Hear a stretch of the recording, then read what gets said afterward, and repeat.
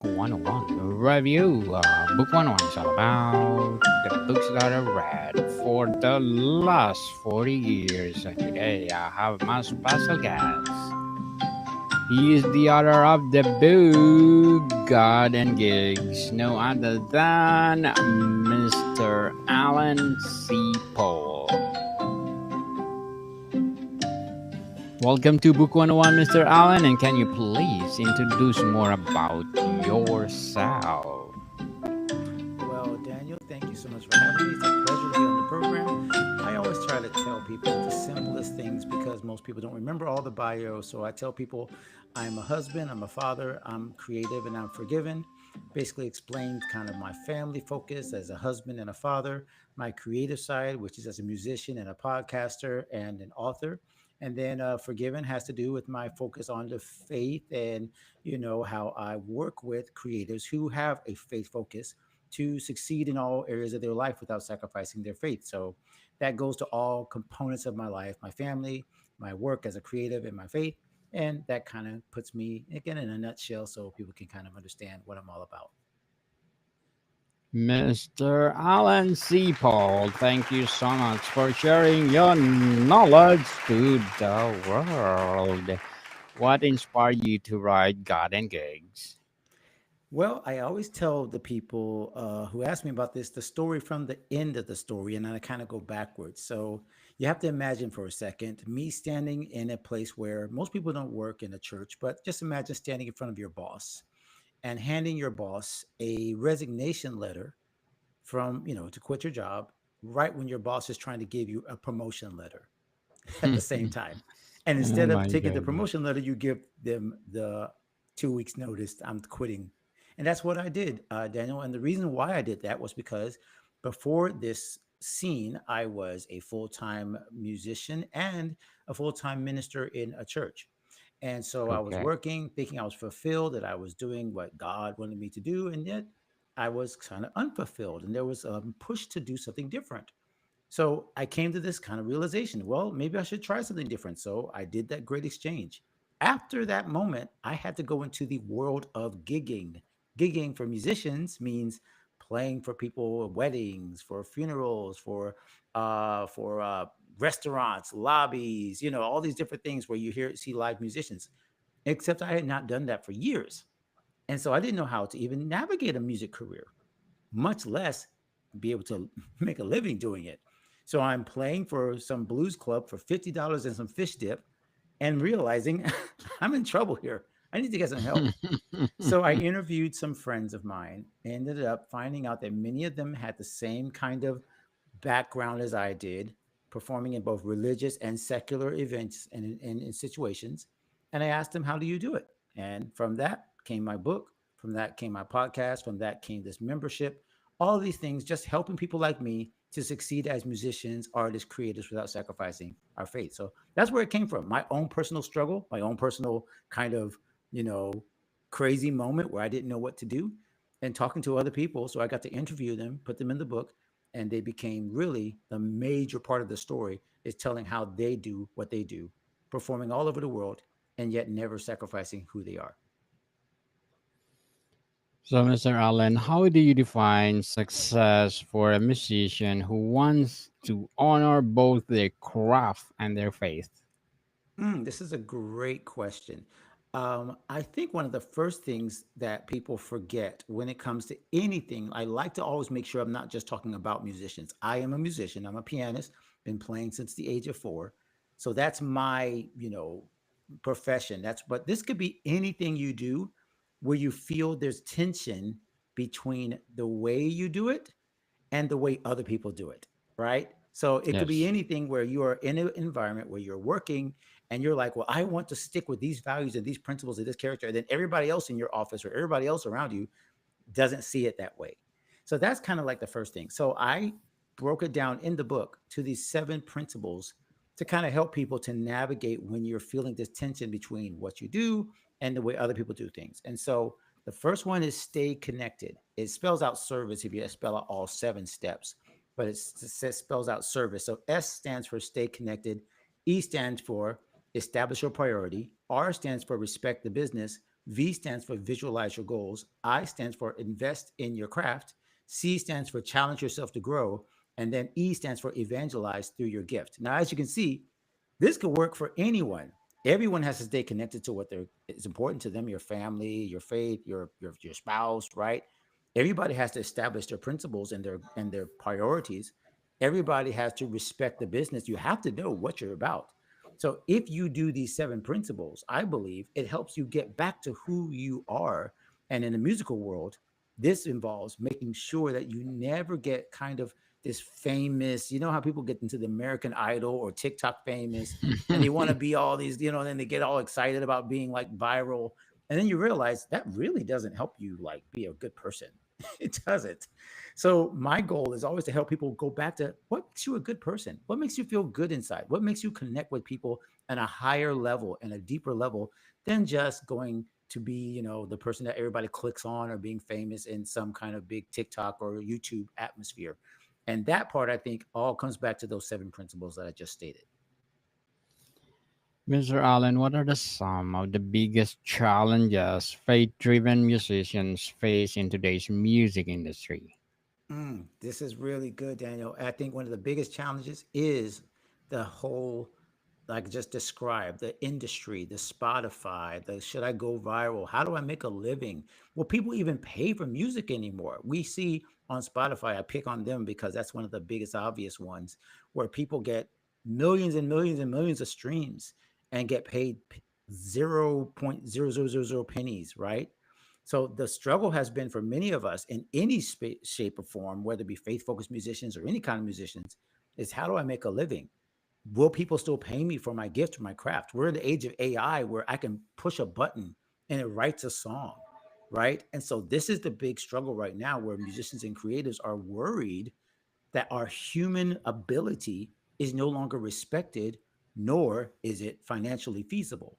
And my biggest push for everybody that's kind of worried about that, like, okay, is there still room for art? Is there still room for people who care about like real music or writing music and all that stuff? The answer is yes, but the key of it is person to person. We have to get past the mass production because we can never compute or compete with a computer or with an algorithm. So my biggest thing to musicians and creators at this day and age is get more personal. Be you, be yourself. Go perform for people because a computer cannot show up in front of somebody and give them a hug and cannot play their favorite song as they're wedding while they're dancing, right? Those things Yes. cannot be replicated in this algorithm AI atmosphere. So that's one of the biggest concerns I see musicians and creators having is how to make it as a creative. And that's one of the things I try to address in many of my resources, just to remind them that the humanness of being a creative and an artist and a musician is what's going to make them more viable and financially be able to continue to make a living doing what they love. Very well said. Well, Mr. Allen, beautifully articulated. How can musicians balance artistic ambition with staying true to their spiritual values? This is very good. I love these questions. Staying true to your spiritual values, I want to say, first of all, does not mean giving up your dreams. I believe, in terms of my faith tradition, that we are given these dreams. We are given all of these goals and mindsets. That's why one of the things in my seven steps that I put in the book is visualize your goals. It's to have imagination. It's to think of what's big, what's a big goal you'd like to achieve. And again, I said it that I don't want to be TikTok famous, but I do want to see my art bless other people. I do want to see my music help other people to have beautiful experiences. My wife and I recently had the experience where we got to do a Valentine's Day concert, and I got to act out my first date with her through music. We just presented it as like, hey guys, this is what really happens at a Valentine's Day date. Sometimes you get shut down, and then sometimes you end up getting married, right? And so it was such a beautiful, fun time. But had I not said to myself, you know what? This is worth trying. This is worth the risk. This is worth maybe getting laughed at. This is maybe worth nobody buying tickets, but going ahead and trying it. So I think the first thing for musicians and creators is to continue to dream. Those visions and goals that you have, I believe they're God given, they're inspired, they're divine. But then after that, you do have to get practical. which means you got to get around some people to kind of check you and say, hey, this is a good idea. This might need a little more work. This might need a little more practical, like, nuance, marketing, things like that.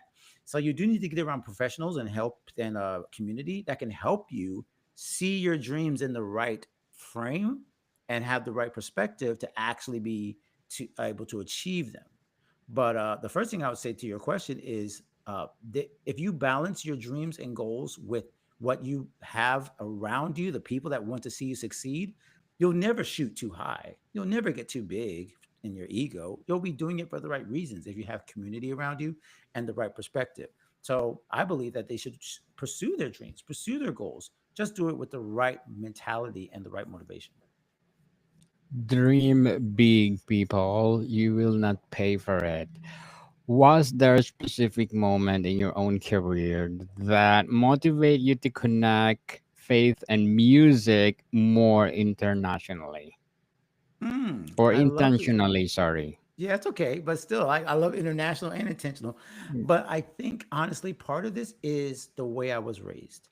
My mother was a music teacher from the get go. I remember her telling me how I was playing at the age of 2. I don't remember this, but at the time, she was a music teacher, a elementary music teacher, and she was throughout most of my years. And she was my first piano teacher. But I also was playing in church, but she was playing in a church. So I've never seen a world where faith and art were not intertwined.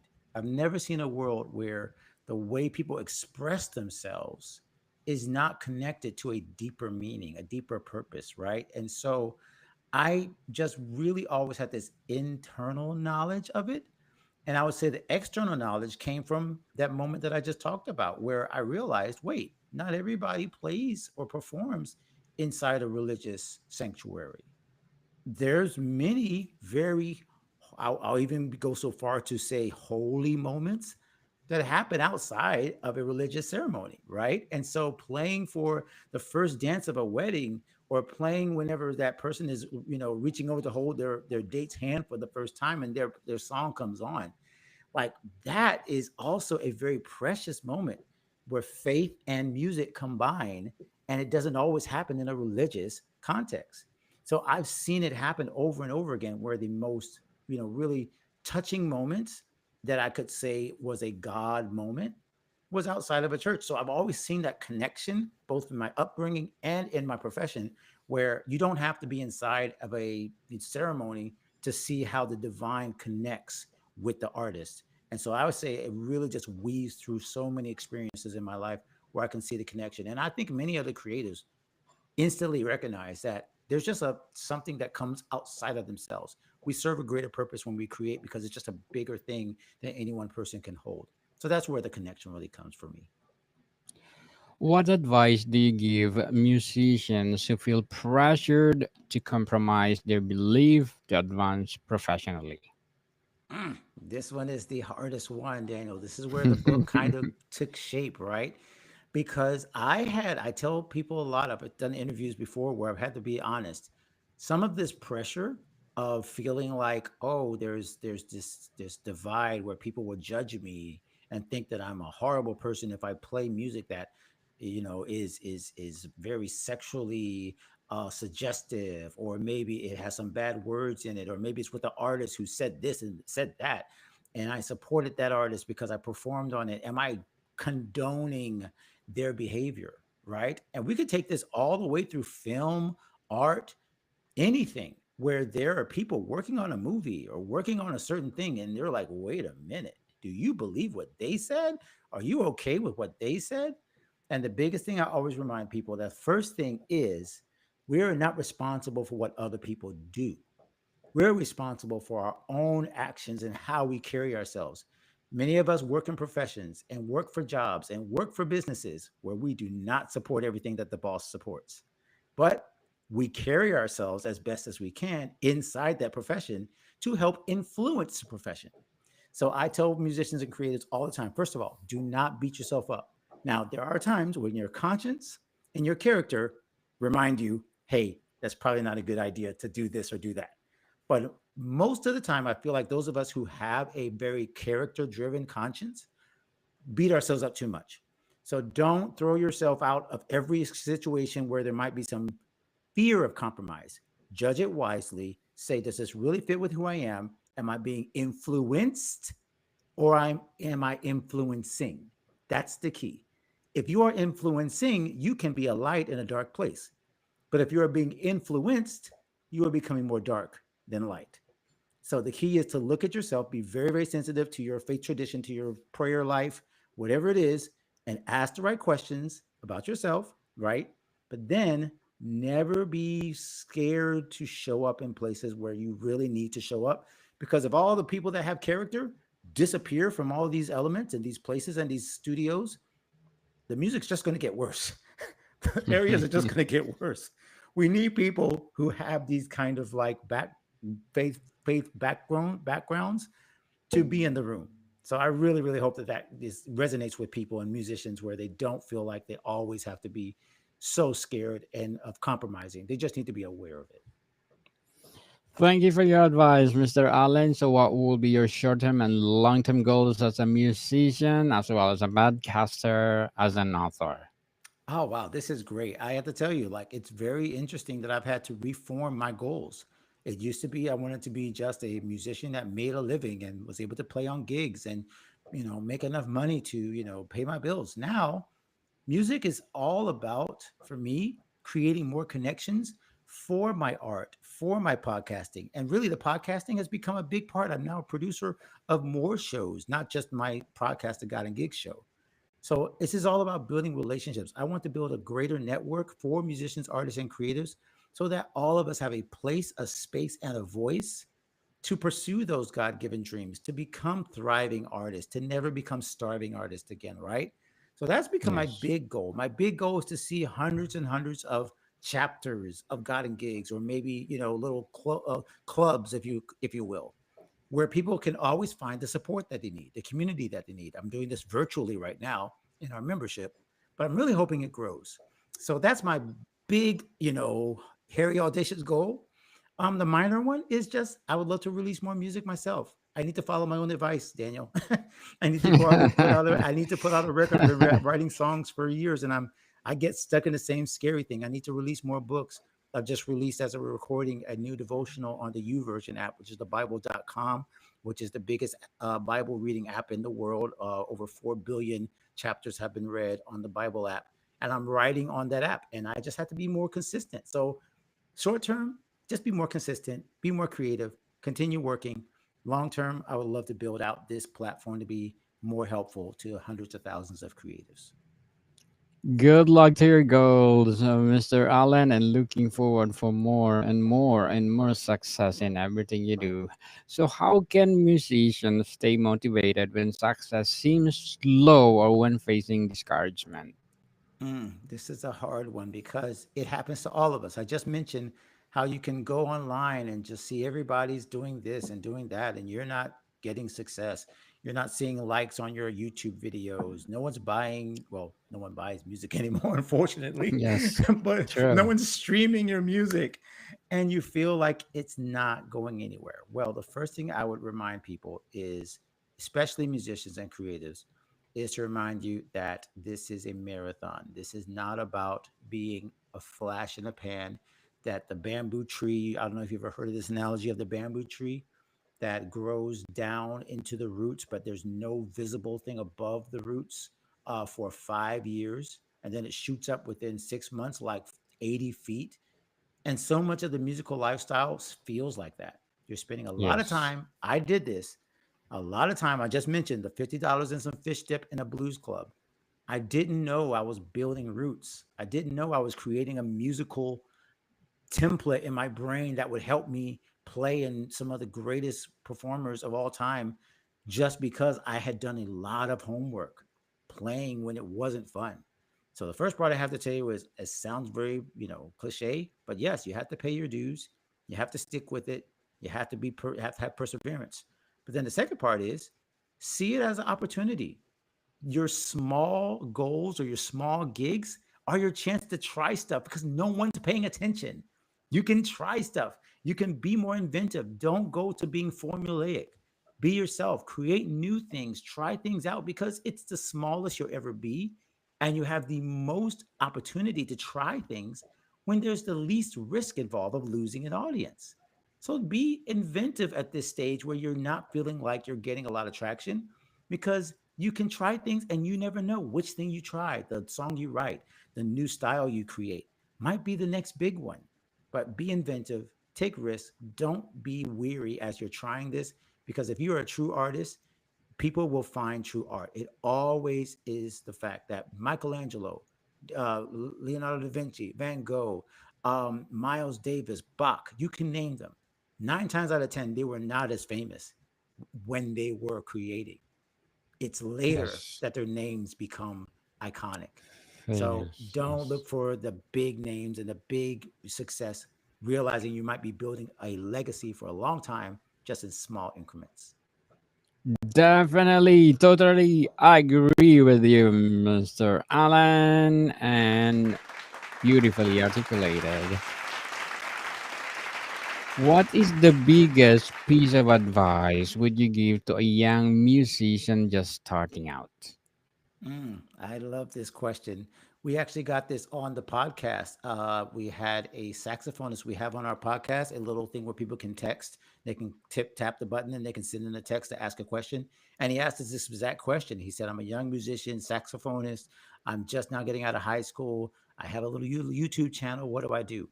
And the advice I gave, again, is the struggle to say it because it feels like you're telling people just to wait. But I did tell them, number one, you got to practice. That will never change. Become a student of your craft. Fall in love with your instrument. And now you've heard the Malcolm Gladwell rule, perhaps the 10,000 hours of deliberate practice, right? So I always try to make sure people don't just see that as a number, but more as a lifestyle. You have to have a lifestyle of pursuing excellence as you want to become a better musician. There's nothing AI can do to reproduce that. Now, the second half, though, is where I think internet and the social media world does give you a benefit, is sharing your work. It's connecting with other musicians and artists outside of your field, outside of your area, where you can start to like put things out. And again, it's not the goal to go viral. The goal is to get used to sharing your work, to playing out, to getting connected with other people. So whether it's internet, whether it's a jam session, whatever, do as much as you can to interact with other musicians and get to feed off of them, because your style will eventually become the amalgamation of all the other styles. I can show you like record after record after record after tape after tape after CD of the musicians I listened to as a young man that became who I sound like. But it took years and years of just listening to them and emulating their styles and hanging out with other musicians. So those two things, practice on your own, but then connection with other musicians, are the two things I would highly recommend for every young musician, because that's what's going to build their quality, their character, and their ability, their excellence, their skill in order to become a successful musician over time. Excellent advice, Mr. Allen. How did writing of Garden Gigs impact your own relationship with your career and your faith? It really changed everything. It's so strange for me to look back, Daniel, and try to remember a pre-God and Gigs Allen, a pre-author Allen. I don't mean I was lost. I don't mean I was unfulfilled. I had a fulfilling life. It was a different life. Before I started building the relationships intentionally, like you just talked about, with these creators that I didn't realize I shared so much in common with, that I could talk to people like Taja Veal, who played her first gig for Barack Obama in the White House and then eventually played with Prince, but realized that I had a lot in common with Taja Veal, to realize that I had a lot in common with Christian Dentley, who is one of the leaders now in the band Take Six. He was one of the first people I interviewed, and realized I had something in common with him, even though he's a Grammy winner. To talk to these people and realize, wait a minute, because I was willing to take a step of faith and write a book, I was able to create relationships that now have formed like my best relationships, right? My most treasured relationships have come as a result of the podcast and the book, and me opening the door to telling their stories, which allowed me to get more comfortable with telling my story. So honestly, I'd say like it is like a BC and AD kind of situation where like you flip the coin and all of a sudden everything's different. But I would just say this as an encouragement to everyone: That flip could be your next project, your next podcast, your next book, your next song, your next audition. Could be this flip that where you remember pre that moment and post that moment, you're totally different. But it's because you took a step of faith to create something new. And so when you create something new, you might create a new you. So I really would encourage anyone to step out and make that decision because that's really what happened with me and Daniel. Honestly, everything that I was building in the first half of my life was building up to the book and what happened in the second half. But it was all because, people were willing to give me that chance and I was able to share it. Mr. Allen, before we wrap up our discussion for today, I'm inviting you to please do listen to my other podcast, Music 101, and the third season already. Mr. Allen, third season, Music 101 is created to empower music itself and, of course, legendary icon in the music industry. So please do listen, Music 101, wherever you listen your podcast. So, Mr. Allen, I'm inviting you to be my guest on Music 101 and let's talk about your music itself. Oh, that's an honor. Thank you so much. And I could tell right away from the quality of your questions that you truly knew the musician's lifestyle. So yes, I'll be honored. So glad to know that. Like again, we could talk about books, we can talk about authors, we can talk about music.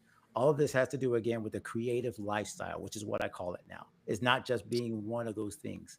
It's being a creative and living a lifestyle where you're either creating or enjoying the things that are out there. Yes, indeed. After reading your book, what is the one key mindset or action you hope musician will embrace? This is a great question.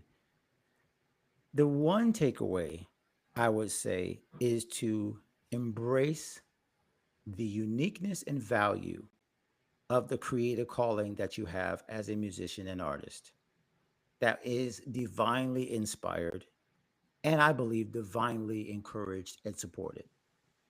If you don't see that God, the reason I wrote it, God and gigs, and the reason I was kind of very honest about that very first part being religious, being spiritual, is because I think if you get the God part right, the gigs part will take care of itself. If you understand who you are, whose you are, then what you do will always matter. Then the how and the when and the what gig to take and should I play with this person and should I write this song and how do I make money? All those things will make so much more sense because you know who you belong to and who gave you the idea in the first place and the idea and the talent and the skill. So that is my number one takeaway for anybody reading this is that they feel more and more empowered to step into their gifting, their calling, their ability to make music for a world and make the world better. And then as they make the world better, hopefully they make more people think about the one that made the world. Definitely. Mr. Alan C. Paul, thank you so much for sharing your knowledge to the world. And we are hoping for more and more and more empowering books, empowering episodes, and creative projects to come. So, can you please invite our listeners to support all your projects or gigs? Well, thank you again, Daniel. I hope everybody is already subscribing to your podcast because this is a wonderful. I checked out some more of the episodes before I came on.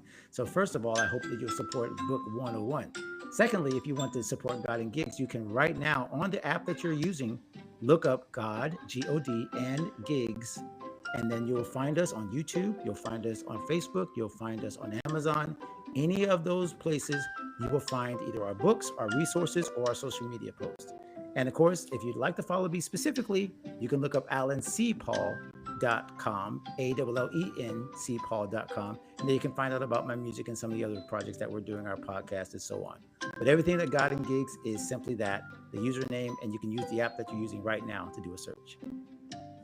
Yes, people love support Mr. Alan C. Paul because if you support him more and more and more godly works to come. So, Mr. Allen, thank you so much for your time. Daniel, thank you so much. It's been a pleasure and an honor. More to come, people. See you soon.